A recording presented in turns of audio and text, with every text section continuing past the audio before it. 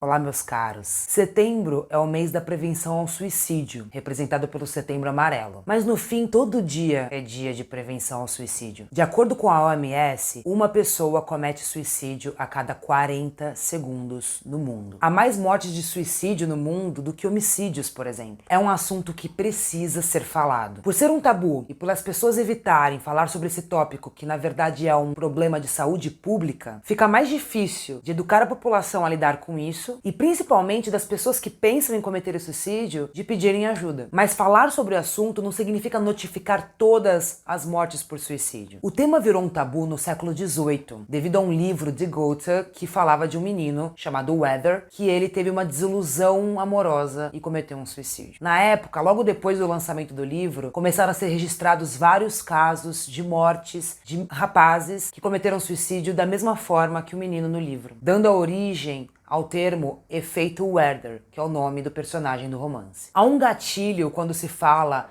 em suicídio e em formas de suicídio. Quando o famoso tira a própria vida, a mídia tem que evitar falar a forma que essa pessoa cometeu esse suicídio. E mais do que isso, tem que evitar enaltecer o artista, pois do contrário pode gerar um efeito mórbido de uma pessoa que já tem pensado sobre isso. De acordo com a OMS, é possível prevenir 90% dos casos se as pessoas estiverem conscientizadas, as pessoas ao redor estiverem conscientizadas, pois é possível identificar previamente a grande maioria. E o Setembro Amarelo existe desde 2014 para trazer à tona essa conscientização. Tem um texto incrível de uma pessoa que eu conheço, mas preferiu não se identificar. Eu quero ler aqui para vocês. É preciso falar sobre isso sem preconceito, sem julgamento e, sobretudo, sem o viés da religião. O suicídio é o fim da linha. É o recurso ao qual recorrem aqueles que já não suportam mais conviver com seus fantasmas. É a porta de saída para um sofrimento extremo. Muitas vezes, visto como covardia, o suicídio é, na realidade, um sintoma perigoso de uma sociedade que se recusa a falar abertamente sobre problemas tais como ansiedade, síndrome do pânico ou esquizofrenia, por exemplo. Estima-se que 90% dos suicídios podem ser evitados caso haja condições básicas para a oferta de ajuda. No Brasil,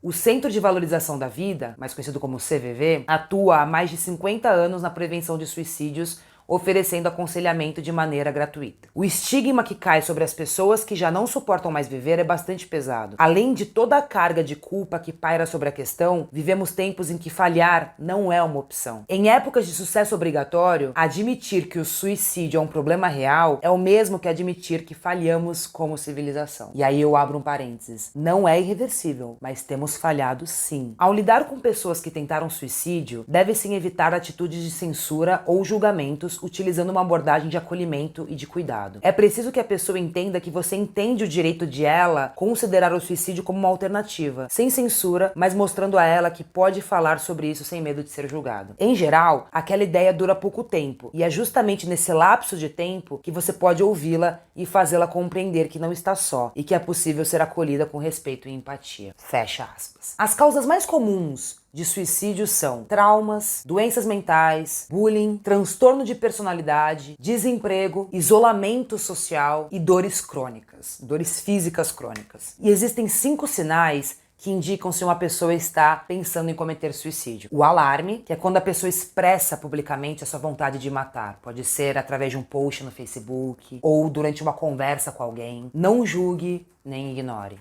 A mudança, o humor de um potencial suicida pode mudar da água para o vinho em questão de segundos. E isso pode ser efeito de um desequilíbrio químico no cérebro. A depressão. Cerca de 15% dos pacientes severamente deprimidos dão fim à própria vida. Suicídio e depressão andam de braços dados. Lembrando que depressão é diferente de estado depressivo. Abuso de drogas. Boa parte dos casos de suicídio estão atreladas ao abuso excessivo de álcool ou de drogas psicoativas. E teatro. Existem registros de pacientes que estavam internados que burlaram os cuidados clínicos e voltaram para casa e depois, quando voltaram, cometeram suicídio. Toda melhora substancial e repentina deve ser vista com cautela. Enfim, suicídio é um assunto delicado e às vezes difícil de falar ou até mesmo ouvir, mas é um mal que vivemos enquanto sociedade. A gente não pode ignorar. E quanto mais a gente ignora, pior fica. Eu sugiro muito que busquem mais informações. Se você tá aqui, é porque provavelmente alguém ao seu redor deve estar passando por isso. Saiba como agir, como lidar. O site da CVV tem muito conteúdo sobre isso. Ou então, quem sabe, se você tá aqui vendo esse vídeo, é porque você tá nessa situação. Busca o CVV.